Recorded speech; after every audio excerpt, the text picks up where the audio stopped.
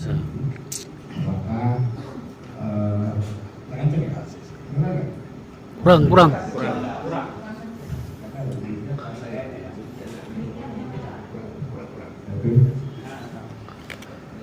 Ya, tapi arahnya memang saya kira semuanya setuju.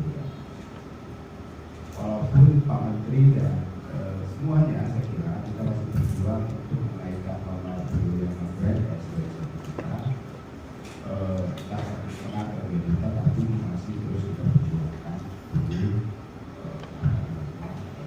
masih dalam tahap perjuangan. Tapi memang yang paling menuju kesejahteraan ketiga K itu mari kita hitung bukit,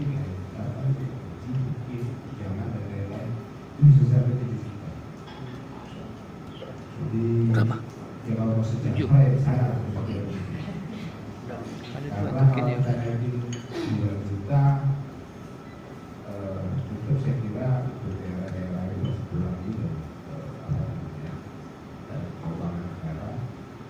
Sulit kita perjuangkan karena hari ini 45.000 kali 1 juta itu 540 miliar di negara untuk antar hampir menyerap 65% rupiah murni Direktorat Jenderal Indonesia. Nah karena menyerapnya banyak, berarti 540 miliar baru yang ditanya adalah kinerja. Lalu dalam semua pertemuan yang ditanya saya kita itu apa jadinya duit negara 540 miliar rakyat 20. Nah, karena kita pakai duit negara, maka negara hanya output. Ini hasilnya apa? Apakah kehadiran kedua agama masyarakat semakin soleh? Apakah kehadiran kedua agama masyarakat semakin toleran, semakin sejuk? Nah, termasuk misalnya ada setiap tahun itu indeks kesalahan sosial masyarakat, di mana peran kedua. Saya kira ada 2 problem. Yang pertama adalah ini kinerja ya, karena yang kita lihat kinerja. Kedua agama yang pertama adalah dia tidak ngaku beragama beragama. Jadi dia lebih populer ustaznya, lebih populer kebalik gitu. Nah sehingga kalau ada penelitian tentang peran kedua agama selalu kurang seperti itu. Seolah-olah kedua agama tidak punya peran yang signifikan terhadap kita. Karena saya nggak tahu di Aceh, tapi di saya kira nasional kedua agama kurang identitas penyuluh agamanya nggak keluar. Saya berapa kali rapat dengan para stakeholder, Pak, saya 20 tahun tinggal di kecamatan, tapi tidak ada penyuluh agama.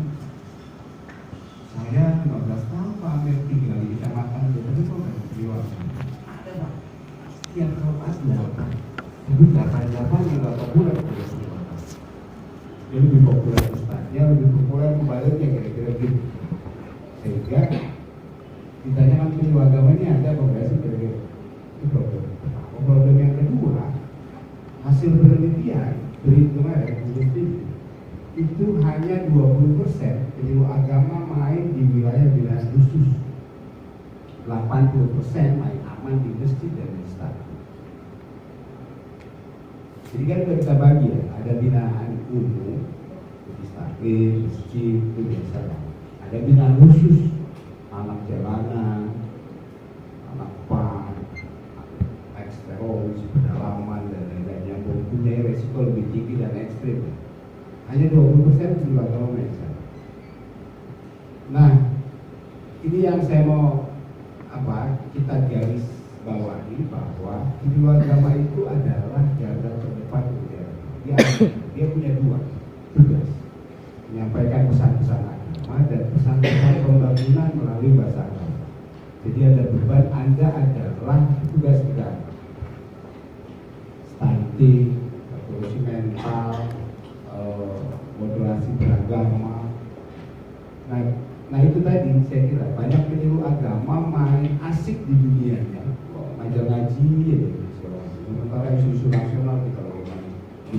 belakang, ada stunting di banyak hal. Banyak yang nggak lihat gitu apa yang kebijakan pusat yang sedang kita lakukan, dia asik di dunianya aja, di apa namanya, ada ngaji, di apa saja. Nah itu juga yang terjadi karena kita pakai duit negara, karena kita dibayar oleh negara, maka kita punya tugas menyampaikan pesan-pesan. Masuk ini moderasi agama ini. Nah itu yang apa namanya? Kalau kan selalu begini ya. Ini karena teman-teman Eksas ini, Pak Amir duit 540 miliar. Ini kalau kita bikin jalanan tol, ini udah berapa ratus kilo per tahun. Kalau kita bikin gedung 540 miliar ini jadi berapa gedung? Karena kalau di negara kan pasti di negara outputnya apa gitu. Apalagi teman-teman di PU ya. 540 miliar mungkin udah jadi ratusan kilometer tol gitu. Nah itu yang ditanya outputnya. Output kita ini penyuluh agama ini apa outputnya? Walaupun susah ngitungnya nanti ya. Tapi nanti kita diskusi apa namanya, bagaimana menghadirkan output yang jelas bahwa penyuluh agama ini ada, hadir dan penting buat negara. Kalau tadi misalnya penyuluh agama hanya guru ngaji, kira-kira begitu, hanya guru ngaji, apa bedanya dengan guru ngaji yang lain yang tidak dibayar negara? Kalau tugasnya hanya itu. Kalau penyuluh agama hanya khotib Jumat, apa bedanya dengan khotib Jumat yang lain yang tidak dibayar negara? Maka penyuluh agama pun mesti punya apa hal lain gitu yang kinerjanya kelihatan buat negara.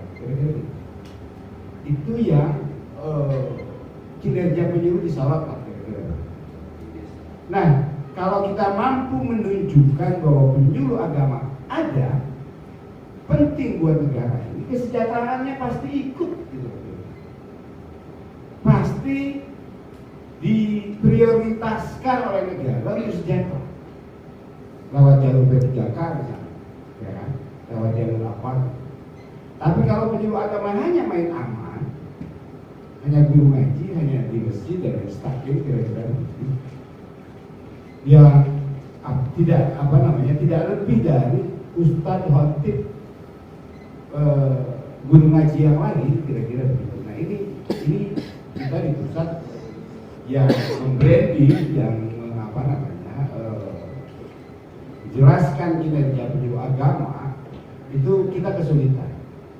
Jadi maka kita geser perlahan penyuluh agama ini, kita geser perlahan dari hanya ustadz guru ngaji dan mubarak menjadi ke pemberdayaan masyarakat. Maka di penyuluh teladan sudah kita rubah sekarang menjadi penyuluh.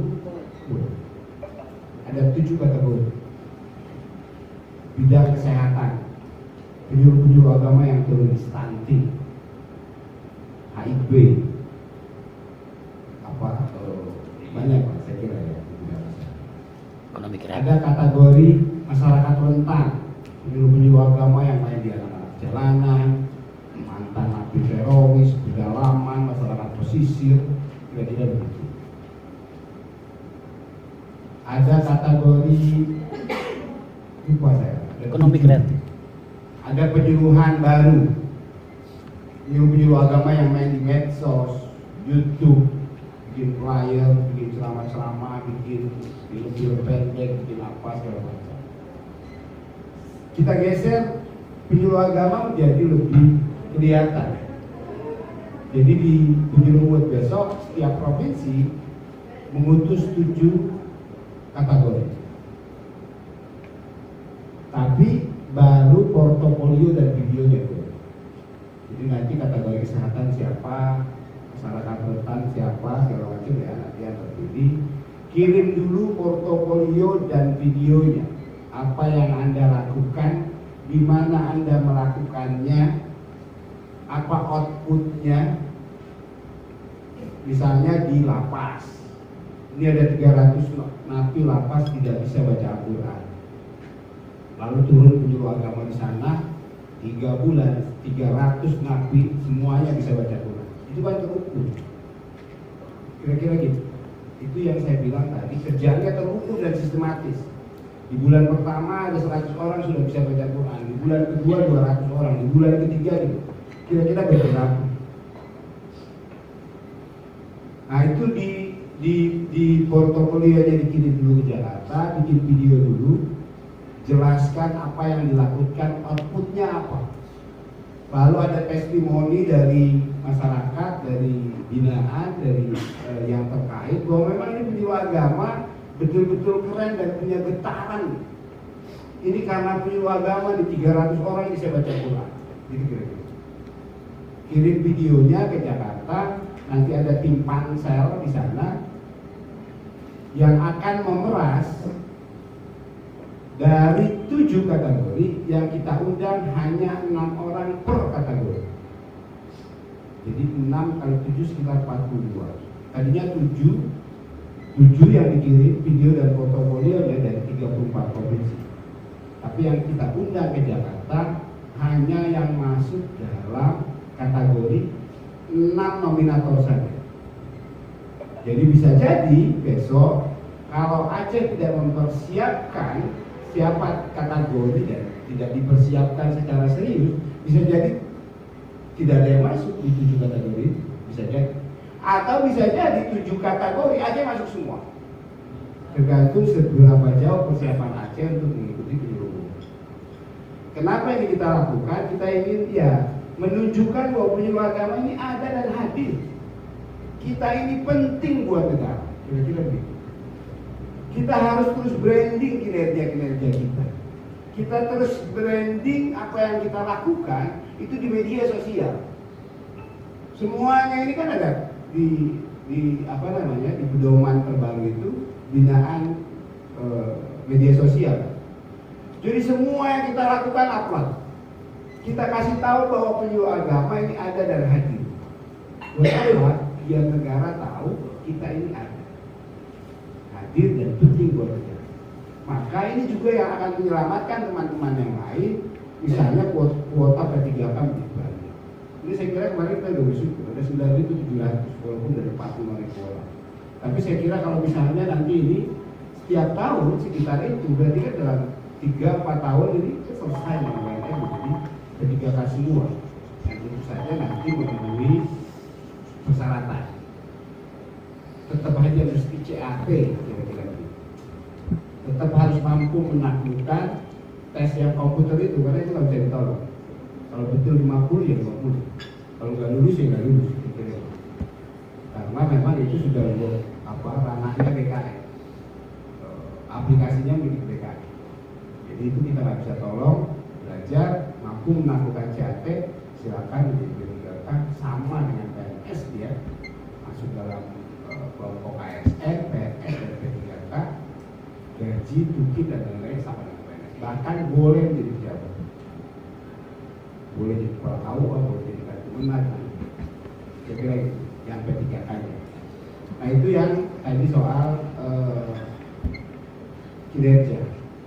Nah yang kedua, ada beberapa program prioritas tadi di Lowot, terus ada kampung moderasi. Kampung moderasi ini begini, kita di pusat ini ada RESRA namanya, rencana strategis nasional ini. Jadi di roadmap peta jalan moderasi beragama 2021-2022 itu penguatan moderasi beragama bagi ASN. Maka seluruhnya ASN mesti mendapatkan penguatan moderasi beragama.